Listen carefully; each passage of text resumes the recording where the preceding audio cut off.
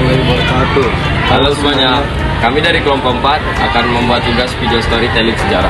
Kami akan memperkenalkan diri kami. Nama saya Muhammad Hermawan, bakal membahas sistem tanam paksa.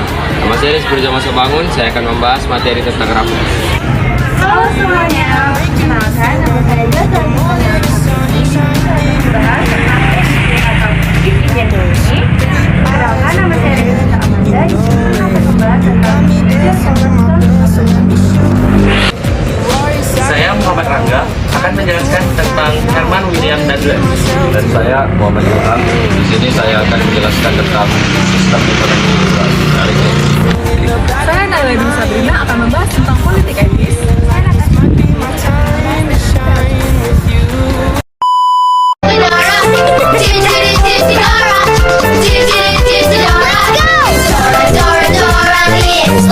Apakah kamu melihat kelompok penjajah? Di mana? Di mana? Katakan lebih keras. Ayo, katakan lebih keras. Di situ.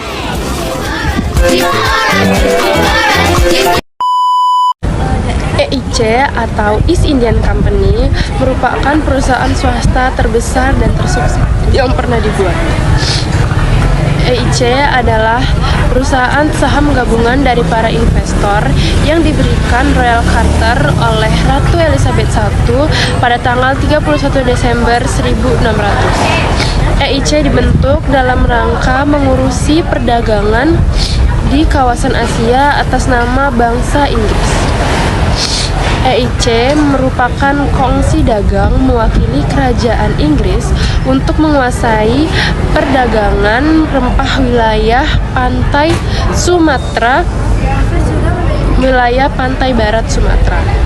Selain itu, EIC juga menjadi agen perdagangan bangsa Inggris di benua Amerika, terutama 13 koloni Inggris. Pada tahun 1857, EIC digunakan oleh sepoi pemberontakan alias pemberontakan atau perang kemerdekaan India pertama yang dimulai dengan tentara India atau sepoi di tentara EIC memberontak melawan perwira mereka. Setelah pemberontakan dipadamkan, sentimen di Inggris adalah bahwa koloni penting seperti India tidak dapat lagi berada di tangan perusahaan swasta. Perusahaan swasta yang paling agresif dan kejam yang pernah dibuat secara efektif dinasionalisasi. Maka dimulailah apa yang secara populer disebut British Raj, aturan di India. Pada tanggal 1 Juni 1874, setelah dengan murah hati mengizinkan para pemegang sahamnya untuk mengambil keuntungan lebih banyak setelah 16 tahun. Dan Ratu Victoria dijadikan sebagai permaisuri India, dan setelah itu perusahaan India Timur sudah tidak ada lagi. VOC adalah kongsi dagang terbesar asal Belanda yang pada abad ke-17 menguasai pusat perdagangan wilayah Asia. VOC didirikan oleh Johan van Oldenbarnevelt pada tahun 1642 yang dilatar belakangi adanya persaingan dagang antar pedagang Belanda. Sebelum membahas mengenai sejarah lahirnya VOC, ada beberapa fakta-fakta menarik yang harus kamu tahu, di mana VOC ini memiliki tentara dan diperbolehkan negosiasi dengan negara-negara lain yang membuat seolah-olah VOC seperti negara di dalam negara. Selain itu,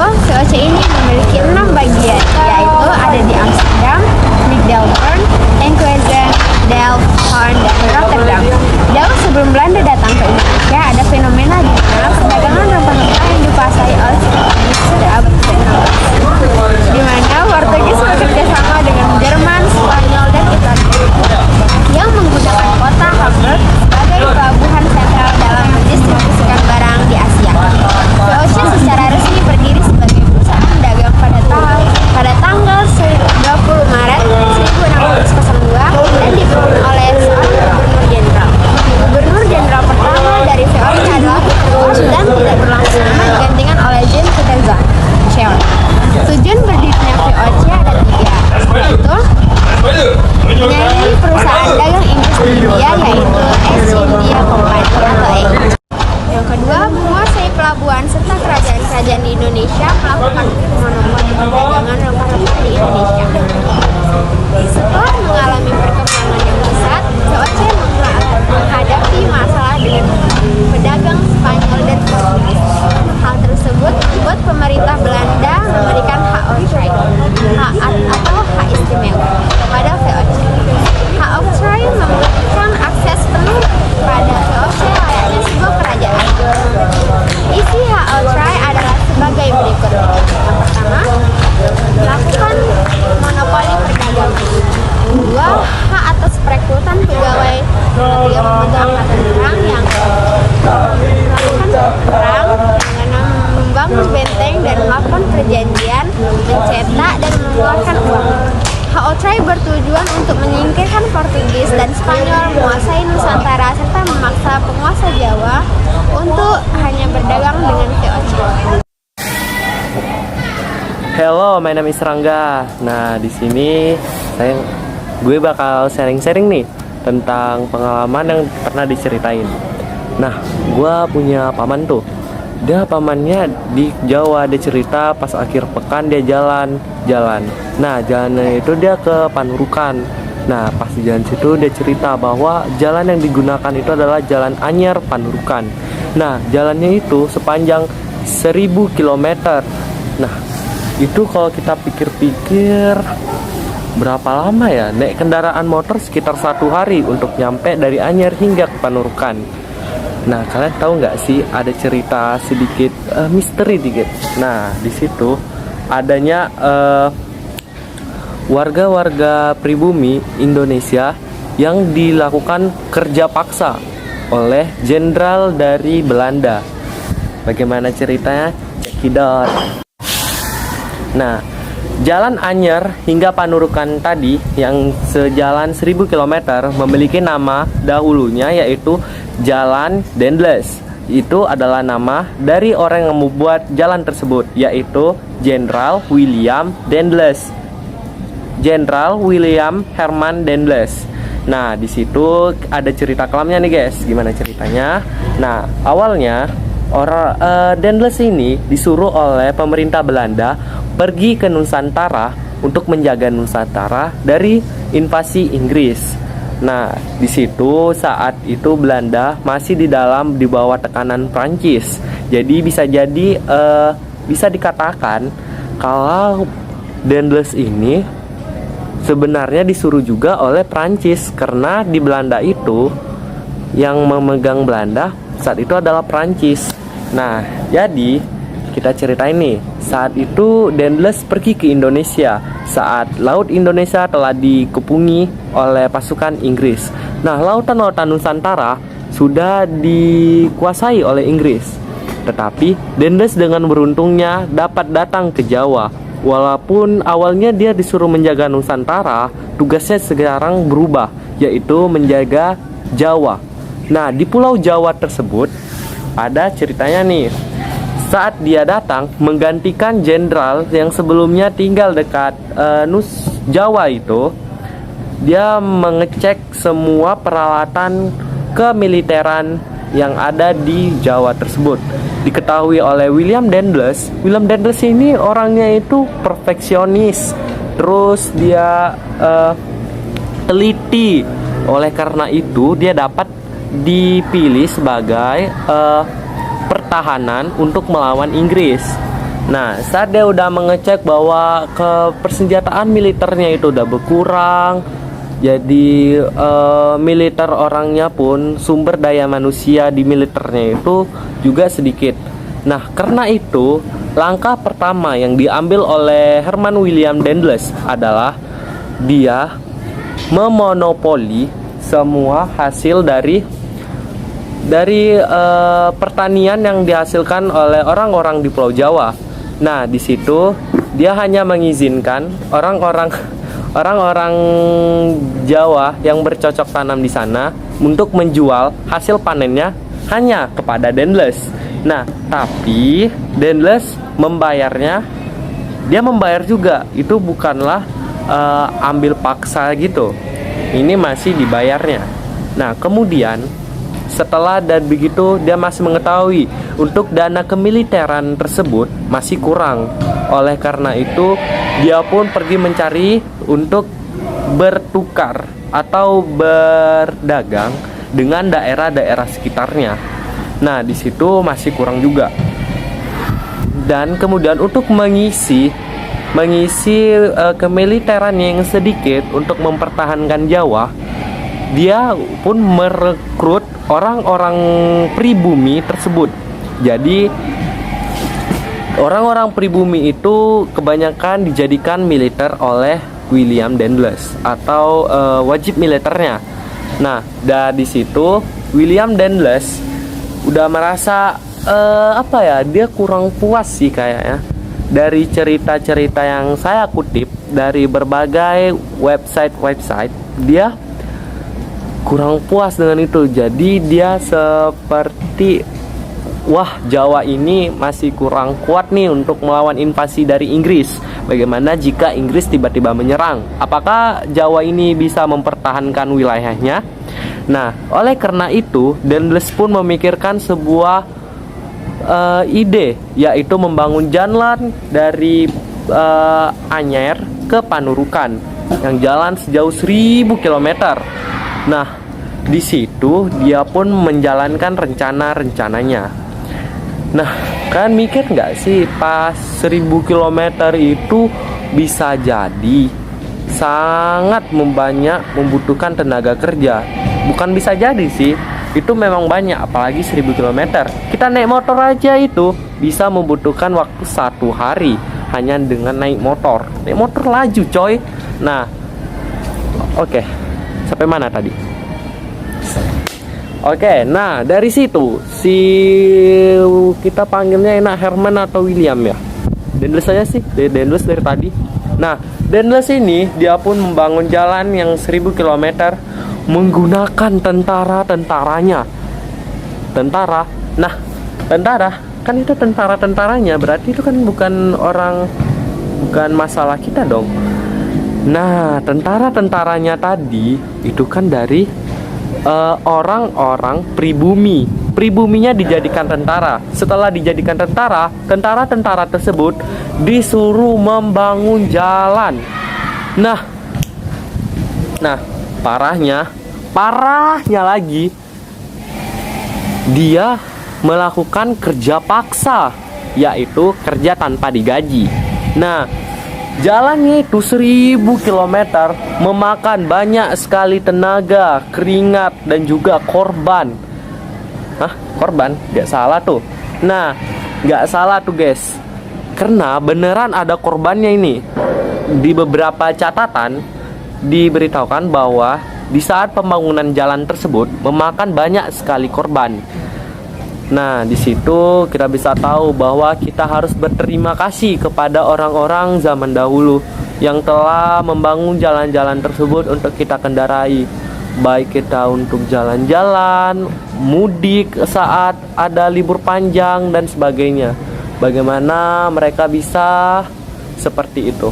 Kita aja jalan gerak dari kasur hari Senin malas coy. Oke. Kemudian Danless ini membangunkan jalan tersebut. Jalan. Tup. Saat jalan tersebut sudah jadi, memang benar pasukan Inggris kewalahan untuk menginvasi Jawa.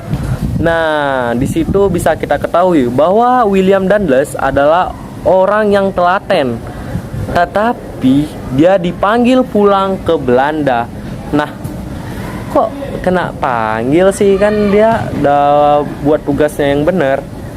Nah, itu orang Belanda menganggap, orang dari pemerintahan Belanda menganggap William Danless ini telah melakukan kecurangan karena dia telah melakukan korupsi dan korupsi yang terjadi di mana-mana, dan juga banyak dari bawahan-bawahannya melakukan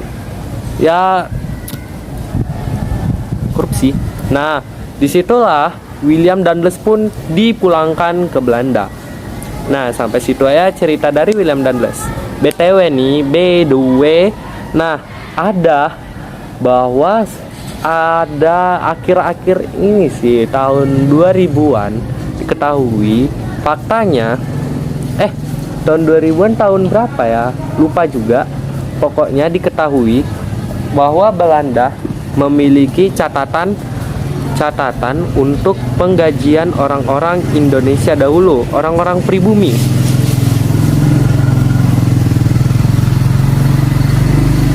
Oke, orang-orang pribumi. Nah, dia memiliki catatan bahwa William Dundas ini memberikan upahnya kepada bupati-bupati daerah.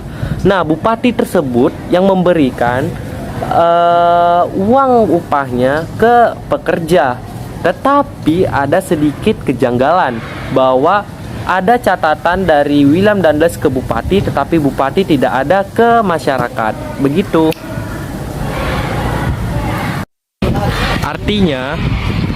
Artinya nih, orang Indonesia dari dulu suka sekali korupsi. Oke. Hai, halo semuanya. Di sini aku akan menjelaskan tentang siapa sih Sir Thomas Stamford Raffles tersebut dan mengapa ia datang ke Indonesia. Nah, sebelum masuk ke topik itu, aku mau tanya nih, siapa yang tahu bunga Rafflesia? Ia adalah merupakan bunga bangkai terbesar yang ada di negara Indonesia. Nah, bunga ini tersendiri hanya ada di negara yang dilewati oleh jalur Katulistiwa. Nah, kebetulan bunga ini tumbuh loh di Indonesia. Pertama kali ditemukan di Bengkulu dan sekarang tersebar loh di beberapa wilayah di Kalimantan. Nah, bunga Rafflesia ini ada loh masa lalunya. Dan siapa sih penemunya? Nah, kalau kalian ingin tahu, ayo kita flashback ke masa lalu. Dadah! Halo semuanya, di sini saya akan menjelaskan siapa sih Sir Thomas Stamford Raffles tersebut. Nah, ia merupakan penemu dari bunga Rafflesia loh. Ia lahir di Port Moran, Jamaika pada tanggal 6 Juli 1781. Ia mengawali karirnya sebagai juru tulis di EIC hingga di mana ia ditugaskan selama 5 bulan di Pulau Penang pada tahun 1805. Dan dalam perjalanannya menuju Penang, ia banyak menghabiskan waktunya untuk belajar bahasa, adat, istiadat, dan sejarah Melayu. Raffles juga memiliki kemampuan dalam berdiplomasi loh, serta pengetahuannya terhadap budaya Melayu sangat luas. Nah, ia memiliki sahabat sekaligus penasihatnya, yaitu bernama John Leyden. John Leyden merekomendasikan Raffles kepada Lord Minto, yaitu gubernur EIC. Nah, ia ditugaskan oleh Lord Minto untuk mengatasi permasalahan penduduk Perancis hingga Belanda yang ada di Jawa, yang dimana akan mengganggu kestabilan perdagangan dan politik EIC. Ia diminta untuk menyiapkan strategi penyerangan yang cepat dan tepat di Hindia Belanda. Raffles bersama pasukannya pun bergerak menyerang Belanda di Jawa pada tanggal 4 Agustus 1811. Saat itu Hindia Belanda berada di bawah kekuasaan Gubernur Jenderal Jansen.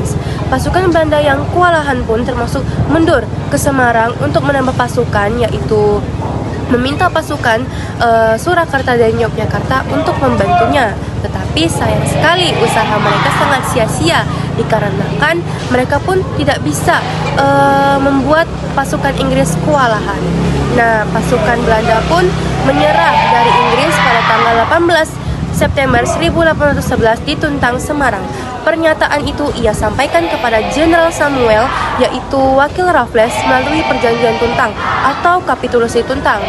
Nah, perjanjian Tuntang ini adalah kesepakatan antara pihak Inggris dan pihak Belanda terkait penyerahan Kepulauan Nusantara kepada pemerintah Inggris dan Britania Raya pada tahun 1811.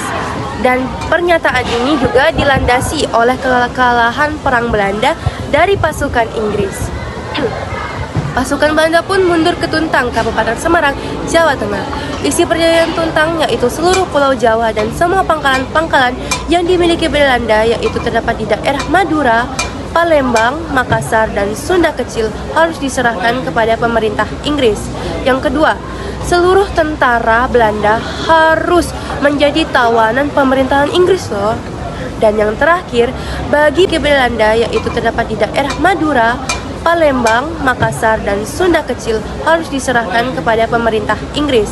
Yang kedua, seluruh tentara Belanda harus menjadi tawanan pemerintahan Inggris loh. Dan yang terakhir, bagi pegawai sipil yang ingin bekerja bisa bekerja, tetapi hanya untuk pemerintah Inggris. Dampak perjanjian Tuntang ini juga di Nusantara, banyaknya penjajahan Inggris di Pulau Nusantara selama 5 tahun pada tahun 1811 hingga 1816. Nah, kebijakan yang dilakukan pemerintah kolonial Inggris yaitu yang semulanya ada wajib pajak dan kerja paksa telah dihapuskan. Rakyat juga menentukan tanaman yang ditanam dan tanah merupakan pemerintah walaupun tanah tersebut milik petani loh. Dan yang terakhir, bupati merupakan pegawai pemerintah. Ada juga perjanjian antara Inggris Belanda pada tanggal 17 Maret 1824 di London atau juga kita kenal sebagai Traktat London. Adapun beberapa isinya yaitu menyerahkan pabrik Fort Marlborough di Bengkulu dan semua kepemilikannya di Sumatera kepada Belanda. Dan ada juga kedaulatan Aceh yang tidak boleh diganggu Belanda, tetapi Aceh juga tidak boleh mengganggu keamanan yang ada di lautan. Raffles juga memiliki hubungan loh dengan Konvensi London. Isi dari Konvensi London yaitu kekuasaan Raffles di Indonesia berakhir pada tahun 1814 setelah diadakannya Konvensi London antara Inggris dan Belanda. Isi Konvensi London itu yang dibuat antara Belanda dan Inggris adalah sebagai berikut. Yang pertama, Belanda menerima kembali semua daerah penjelajahannya dari tanggungan Inggris. Dan kedua, Inggris juga memperoleh daerah India dari Belanda. Nah, sampai situ dulu cerita dari saya, yang dimana cerita Raffles ini pun akan dilanjutkan oleh teman saya, yaitu Despraja. Dadah! Saya akan melanjutkan cerita dari Riri. Saya akan menceritakan kebijakan Thomas Raffles pada masa pemerintahannya di Hindia Belanda. Pada tanggal 18 September 1811, Inggris resmi memulai kekuasaannya di India. Pusat dari kekuasaannya berada di Batavia. Raffles mulai melakukan langkah-langkah untuk memperkuat kedudukan Inggris di tanah jajahan dengan cara mereformasi sistem yang lebih humanis dibandingkan kebijakan yang dilakukan VOC maupun Belanda. Raffles berpegang pada 3 prinsip, yaitu yang pertama, segala bentuk kerja rodi dan penyerahan wajib dihapus, diganti penanaman bebas oleh rakyat. Yang kedua, berbeda dengan Dendels yang mengubah kedudukan pejabat kolonial menjadi setara dengan raja-raja Jawa. Pada masa Raffles, peranan para bupati sebagai pemungut pajak dihapuskan dan mereka dijadikan sebagai bagian pemerintah kolonial. Nah, yang terakhir adalah atas dasar pandangan bahwa tanah itu milik pemerintah, maka rakyat penggarap dianggap sebagai penyewa. Nah, jadi saya akan menceritakan juga bagaimana kebijakan Thomas Raffles di berbagai bidang. Yang pertama, dalam bidang pemerintahan. Di bidang secara geopolitik, Jawa dibagi menjadi 16 keresidenan yang dibagi lagi menjadi beberapa distrik. Nah, lalu yang kedua, mengubah sistem pemerintahan feodal yang selama ini digunakan oleh masyarakat pribumi menjadi sistem pemerintahan kolonial barat. Sistem tatanan masyarakat yang mana kekuasaan tertinggi berada di golongan bangsawan. Nah, yang ketiga, pengubahan sistem feodal ini mengakibatkan para penguasa pribumi tidak lagi dapat berkuasa dan hanya dianggap sebagai pegawai pemerintah kolonial. Yang kedua, kebijakan Thomas Raffles di bidang ekonomi. Kebijakan Thomas Raffles di bidang ekonomi fokusnya adalah untuk menunjukkan perekonomian di Hindia untuk meningkatkan keuntungan pemerintahan kolonial. Menurut kebijakan Thomas Raffles, pemerintah adalah satu-satunya pemilik tanah yang sah. Oleh karena itu, ia menganggap petani Jawa sebagai penyewa dengan membayar pajak sewa tanah dari tanah yang diolahnya. Jumlah pajak disesuaikan dengan jenis dan produktivitas. Hasil sawah kelas 1 dibebani 50% pajak, kelas 2 40%, dan kelas 3 33%. Sementara untuk tegalan kelas 1 40%, kelas 2 33%, dan kelas 3 25%. Pajak yang dibayarkan diharapkan berupa uang, tapi jika terpaksa, pajak dapat juga dibayar dengan barang lain. Misalnya beras. Pajak yang dibayar dengan uang diserahkan kepada kepala desa untuk kemudian disetorkan ke kantor residen. Sedangkan pajak yang berupa beras dikirim ke kantor residen setempat oleh yang bersangkutan atas biaya sendiri. Nah, yang ketiga, kontribusi di bidang pengetahuan. Pada masa pemerintahannya, kebijakan Thomas Stamford Raffles pada bidang ilmu pengetahuan lebih banyak berfokus upaya-upaya untuk memahami budaya serta sejarah Indonesia. Raffles tercatat terlihat pada banyak proyek ilmu pengetahuan. Sampai saat ini, bukunya masih dicetak dan disebarkan banyak di toko-toko buku manapun. Selain itu, buku juga sering dipakai oleh sejarawan sebagai sumber tulisan sejarah mengenai budaya Jawa. Lalu saya akan juga menjelaskan bagaimana kegagalan Raffles. Pada dasarnya, kebijakan Thomas Raffles di Hindia Belanda jauh lebih maju daripada pendahuluannya. Ia ingin memperbaiki tanah jajahan, termasuk meningkatkan kemakmuran rakyat. Tapi, niat baiknya itu kurang berhasil karena berbagai kendala dan ketidakstabilannya sendiri. Berikut merupakan faktor-faktor kegagalan dari kebijakan Thomas Raffles selama menjabat sebagai Letnan Gubernur di Jawa. Yang pertama, budaya dan kebiasaan petani sulit diubah. Pengawasan pemerintahan kurang dan peran kepala desa dan bupati lebih kuat daripada asisten residen yang berasal dari orang-orang Eropa. Yang kedua, banyaknya penyelewangan yang dilakukan oleh para kepala desa sebagai pemungut pajak. Nah, yang ketiga, selain itu, Elo ingat kebijakan Thomas Stamford Raffles tentang penghapusan budak. Nah, Raffles mengkhianati kebijakan sendiri. Segala upaya yang dilakukan dalam memberantas sistem kerja rodi, perbudakan dan juga monopoli jauh dari kata berhasil.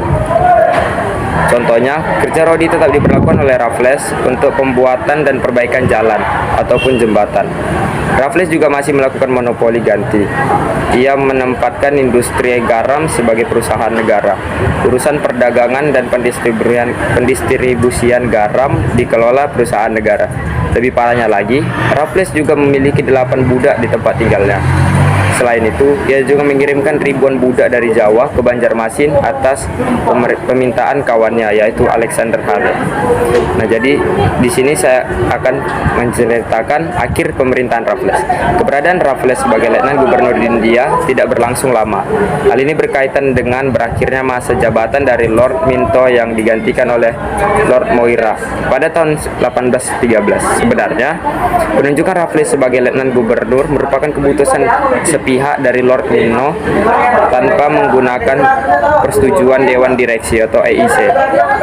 Saat posisi Lord Minto diganti, Dewan Direksi segera meminta serah terima tugas sehingga keputusan tentang Raffles menjadi keputusan Dewan Direksi dan Lord Miro. Tapi nyatanya Lord Miro tidak begitu tertarik untuk mempertahankan Raffles sebagai Letnan Gubernur Hindia Belanda. Mengingat keuntungan yang didapat dari kebijakan Thomas Raffles sangat sedikit untuk pemerintahan kolonial. Kebijakan Thomas Raffles justru dianggap hanya membebani anggaran pusat. Yang dimaksud dengan sistem tanam paksa, sistem tanam paksa adalah peraturan yang dikeluarkan pada tahun 1830 yang mewajibkan setiap desa menyisihkan sebagian tanahnya sekitar 20%-an untuk ditanami komoditi ekspor khususnya tanaman kopi, tebu, dan tarum. Mengapa adanya sistem tanam paksa? Karena kesulitan finansial yang dihadapi pemerintah Belanda sebagai akibat Perang Jawa pada tahun 1825 sampai dengan 1830. Siapa dalam terjadinya sistem tanam paksa? Pemerintah Hindia Belanda menerapkan sistem tanam paksa yang dipelopori oleh Jenderal Johannes van den Bos yang menjabat sebagai Gubernur Jenderal Hindia Belanda.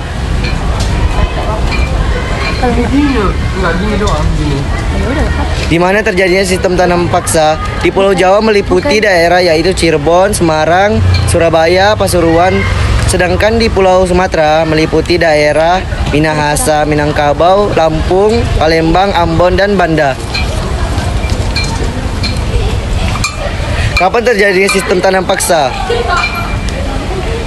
Sistem tanam paksa atau kultur stelsel adalah aturan yang diterapkan oleh Gubernur Jenderal Hindia Belanda pada masa penjajahan kolonial pada tahun 1830.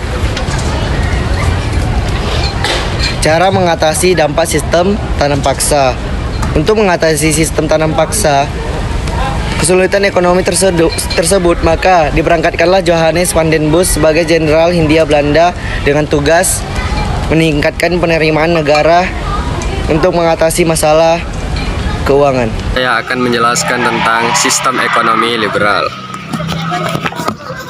Apa yang dimaksud dengan ekonomi sistem liberal?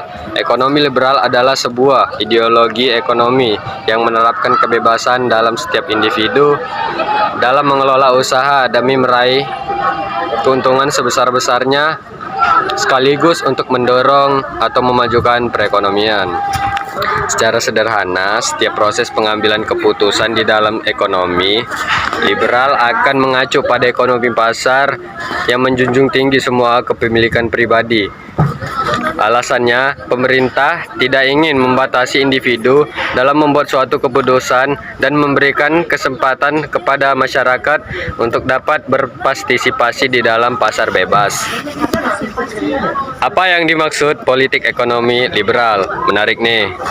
Pengertian politik menurut Plato adalah usaha yang dilakukan untuk mencapai kemenangan. Jika diterjemahkan, politik ekonomi liberal adalah upaya individu untuk mencapai kemenangan untuk meningkatkan kesejahteraan hidup melalui pasar bebas. Ciri-ciri politik ekonomi liberal adalah adanya kesempatan untuk menanam modal, adanya pihak pemilik modal terbanyak, dan kesejahteraan rakyat yang tidak akan berubah. Pada tahun 1870, pemerintah Indonesia telah menerapkan sistem open door politik, yaitu politik pintu terhadap terbuka modal-modalnya swasta asing. Ekonomi liberal di Indonesia. Sejarah ekonomi di Indonesia dimulai pada era 1870 hingga tahun 1900 saat masih dalam jajahan Belanda. Pengusaha Belanda dan modal swasta diizinkan masuk oleh Indonesia yang saat itu masih bernama Hindia Belanda untuk menanamkan modalnya dalam berbagai usaha dan kegiatan ekonomi.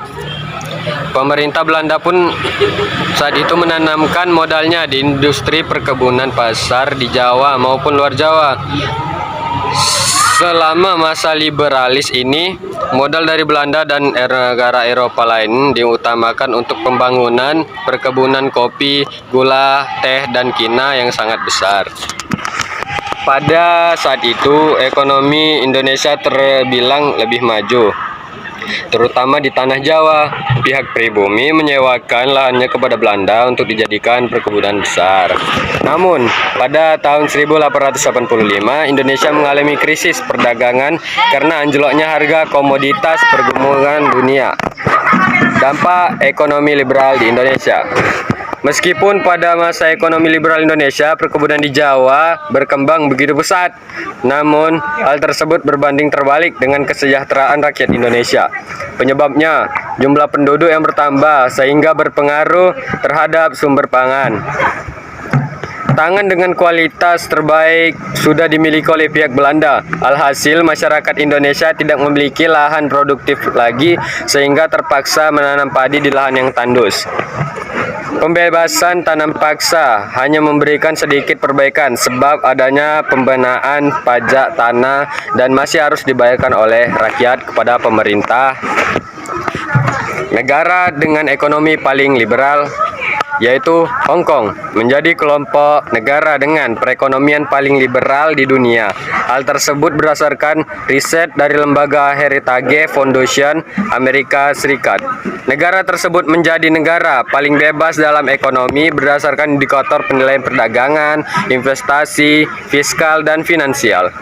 Setelah Hong Kong adalah Singapura. Singapura adalah tetangga kota sebelah kita, yaitu sebelah Batam. Ada juga Australia, Selandia Baru, dan Swiss. Para pemodal berharap bisa meraih keuntungan sebesar-besarnya kepada adanya perlindungan hukum, kemudahan berinvestasi, serta regulasi yang efisien dari sebuah negara yang menganut sistem ekonomi liberal. Setelah Setelah Belanda melakukan sistem tanah paksa kepada Indonesia, apakah Belanda ini merasa bersalah terhadap bangsa Indonesia atau Hindia Belanda pada zaman dulu? Sebenarnya iya. Belanda ini merasa bersalah kepada bangsa Indonesia. Jadi mereka tuh merasa bertanggung jawab atas kesejahteraan masyarakat Indonesia. Nah, oleh karena itu dicetuskanlah nih pemerintah Belanda yang namanya tuh politik etis. Nah, sebenarnya apa sih politik etis itu? Nah, jadi politik etis ini adalah politik balas budi yang dilakukan oleh pemerintah Belanda untuk mensejahterakan masyarakat Indonesia. Politik etis ini dicetuskan oleh Van Deventer dan Peter Groskop pada jurnal De Gids yang berjudul NRSK atau apalah itu ini tulisannya, yang artinya utang kehormatan pada tahun 1899. Nah, diterapkannya politik etis ini pada tanggal 17 September 1901 oleh Ratu Wilhelmina, yaitu ratu yang menjabat pada saat itu. Nah, jadi kebijakan politik etis ini ada 3. Yang pertama ada irigasi, imigrasi, dan edukasi. Irigasi ini artinya membangun dan memperbaiki pengairan untuk kesejahteraan pertanian. Lalu yang kedua ada emigrasi. Emigrasi ini adalah perpindahan penduduk yang dengan tujuan untuk menyetarakan jumlah penduduk. Nah, yang ketiga ada edukasi. Edukasi ini adalah memperluas dalam bidang pengajaran dan pendidikan. Nah, dari 3 kebijakan ini, apakah Belanda ini melakukan semuanya dengan baik? Apakah dengan politik etis ini Indonesia jadi sejahtera? Sebenarnya tidak juga, karena Belanda ini melakukan beberapa penyimpangan atas 3 kebijakannya yang dibuat sendiri. Yang pertama, kebijakan irigasi. Contoh penyimpangannya itu, mereka hanya memperbaiki dan membuat pengairan-pengairan untuk perkebunan Belanda saja. Jadi untuk perkebunan Indonesia mereka tidak dipedulikan, hanya untuk perkebunan Belanda saja. Nah, yang kedua ada emigrasi. Kan emigrasi ini tadi tujuannya untuk menyetarakan jumlah penduduk. Nah, sebenarnya itu tidak juga, karena mereka hanya memindahkan penduduk Indonesia dari satu tempat ke luar Jawa atau ke perkebunan Belanda di luar Jawa untuk dikerja-rodikan. Jadi tidak ada bedanya dari adanya politik etis atau sebelum adanya politik etis, mereka tetap dikerja-rodikan. Nah, yang ketiga ada edukasi. Contoh penyimpangannya itu mereka tuh mendiskriminasi antar pelajar. Jadi mereka membuat 3 kelas.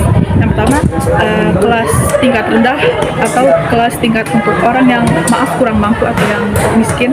Untuk yang kelas yang kedua ada kelas untuk pegawai tingkat 2. Nah, terus yang tingkat 3 yang tingkat tinggi itu untuk kelas orang yang untuk orang-orang kaya saja. Nah, dari 3 kebijakan dan adanya penyimpangan-penyimpangan tersebut, sebenarnya yang paling sangat bermanfaat bagi Indonesia ini yaitu edukasi, kebijakan edukasi. Nah, kebijakan edukasi ini kan Belanda tuh membangun sekolah-sekolah dan sehingga Indonesia ini lahirnya kaum terpelajar gitu kan.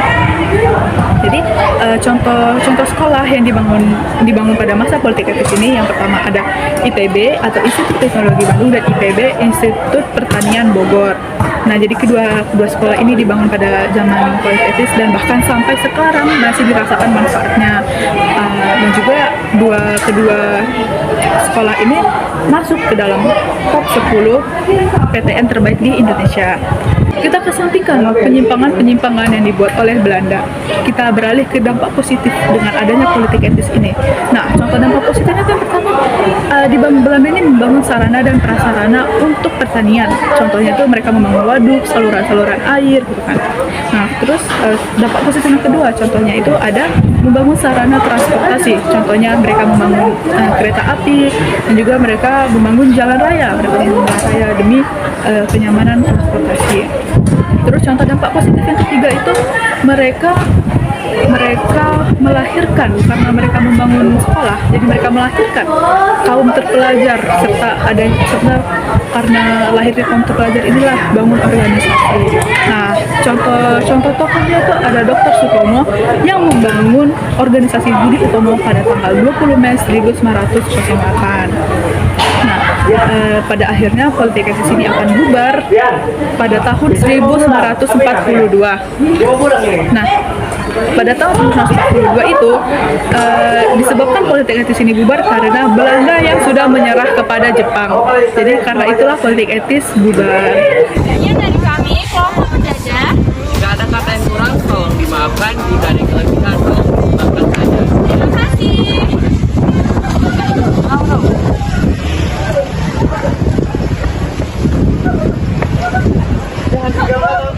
Sekian dari kelompok kami ucapkan terima kasih. Wassalamualaikum warahmatullahi wabarakatuh.